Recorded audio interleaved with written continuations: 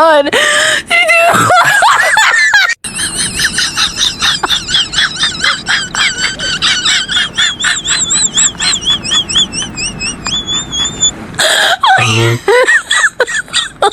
Oh my god.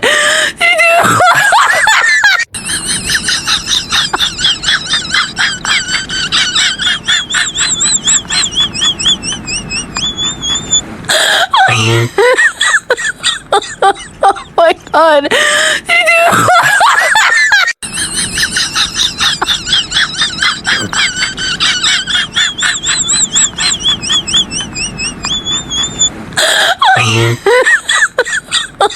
Oh my god.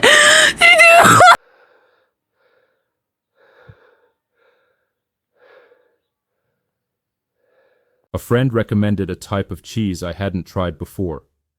Cantal from Lidl. That evening, I sliced a piece onto a salt cracker and settled on the couch to watch a movie. In the dark, I almost knocked over my wine glass, and as I grabbed it, the cheese fell to the floor. According to the 3-second rule, so the bacteria wouldn't have time to latch on, I swiftly picked it up, blew the dust off, and plopped it back onto the cracker. I watched the movie, let the cheese warm up a bit, and eventually took a bite. I have to say, it was disappointing.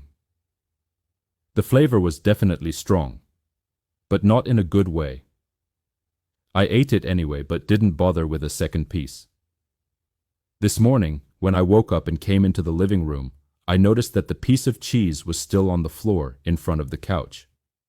So now the question is, what the hell did I eat? It was about the thickness of a thumb tip, around 3 centimeters long, and smelled and tasted intensely like foot sweat. A remarkably long-lasting aftertaste.